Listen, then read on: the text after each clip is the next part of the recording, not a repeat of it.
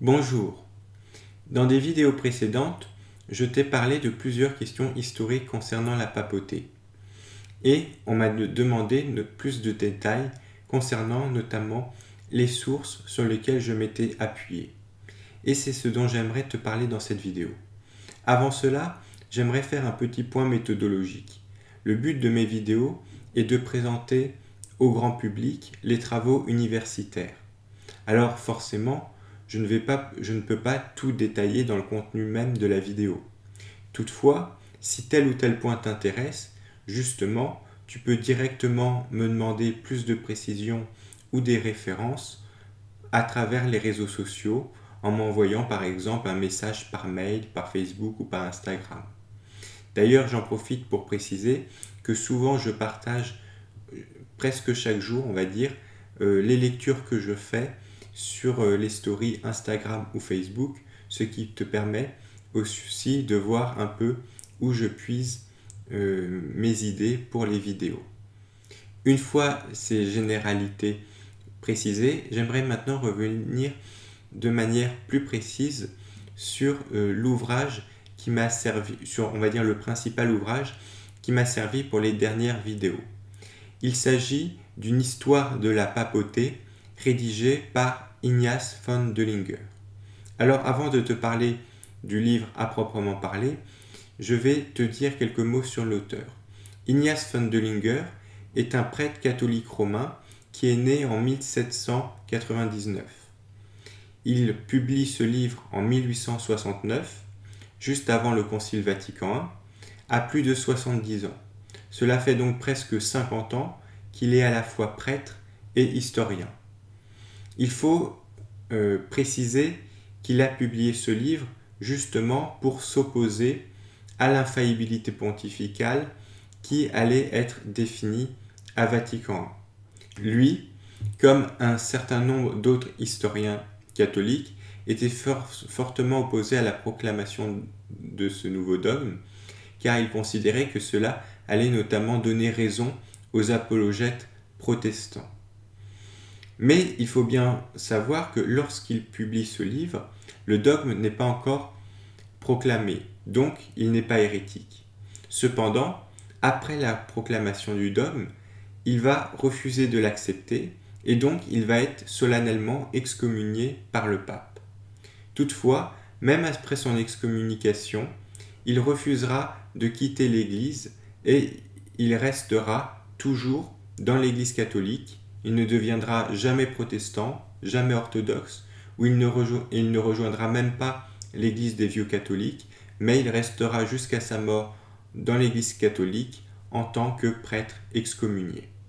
Cependant, d'ailleurs, ses grandes compétences universitaires feront qu'il sera toujours protégé par le roi de Bavière. Et donc, il terminera tranquillement sa vie au milieu de ses livres.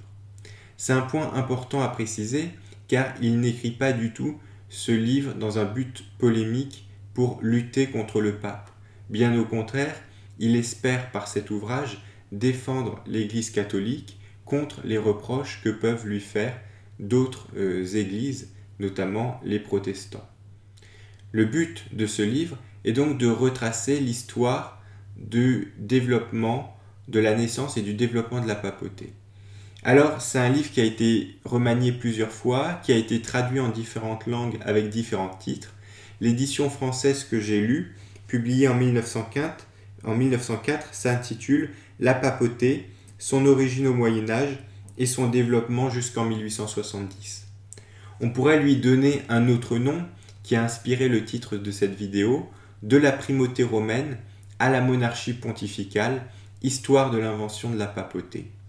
Le but d'Ignaz Döllinger est justement de montrer comment s'est développée cette papauté qui à l'origine était une simple primauté romaine, c'est-à-dire que le pape était le premier des évêques, mais premier égaux au milieu des évêques, et progressivement, à partir du Moyen-Âge, déjà au Moyen-Âge, mais notamment à partir du 8e, 9e siècle, pour lui le 9e siècle est vraiment un tournant, mais encore plus après au bas Moyen-Âge, 12e, 13e siècle, on voit que la papauté devient de plus en plus une monarchie pontificale.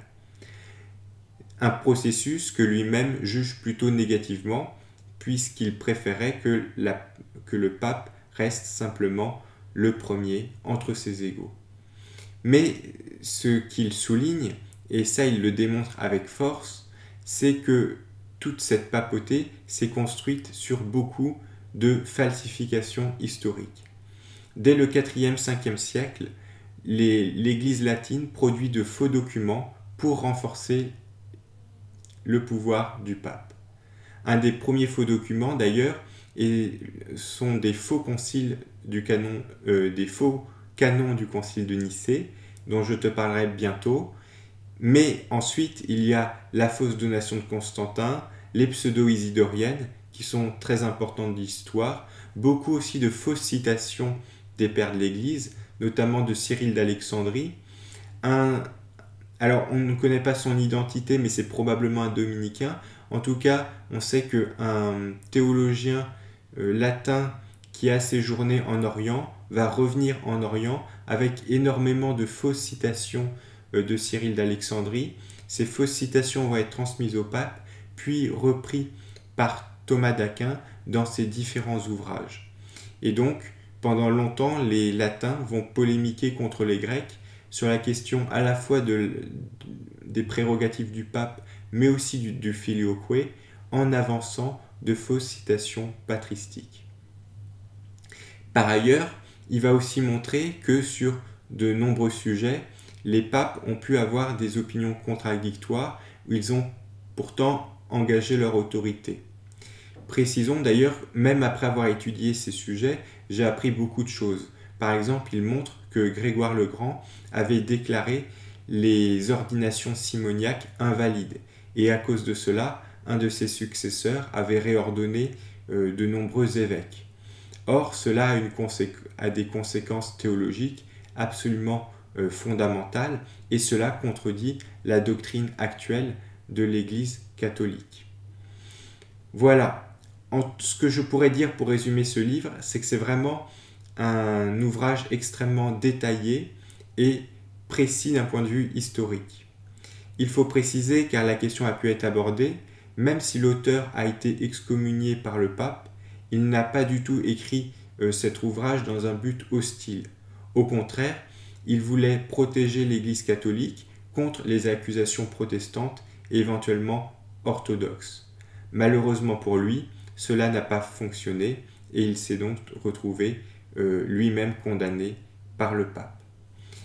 Précisons un dernier point, c'est que cette condamnation ne remet absolument pas en cause ses compétences historiques. C'est un ouvrage qu'il a écrit à 70 ans, après plusieurs décennies de recherche sur l'histoire de l'Église. Tous les propos qu'il avance sont fermement, solidement appuyés par les citations de textes originaux. Pour te donner une idée, l'ouvrage fait à peu près 260 pages et il y a à peu près une centaine de pages de citations, c'est-à-dire que vraiment ce qu'il avance à chaque fois est référencé. Un dernier point, je dispose de cet ouvrage en version PDF, donc si cela t'intéresse, tu peux m'envoyer un message par mail, par Instagram ou par Facebook pour que je te le communique, sachant que comme il date de 1904, il est libre de droit. Donc je peux te l'envoyer gratuitement sans transgresser les droits d'auteur. Voilà donc simplement ce que je voulais te dire sur ce sujet.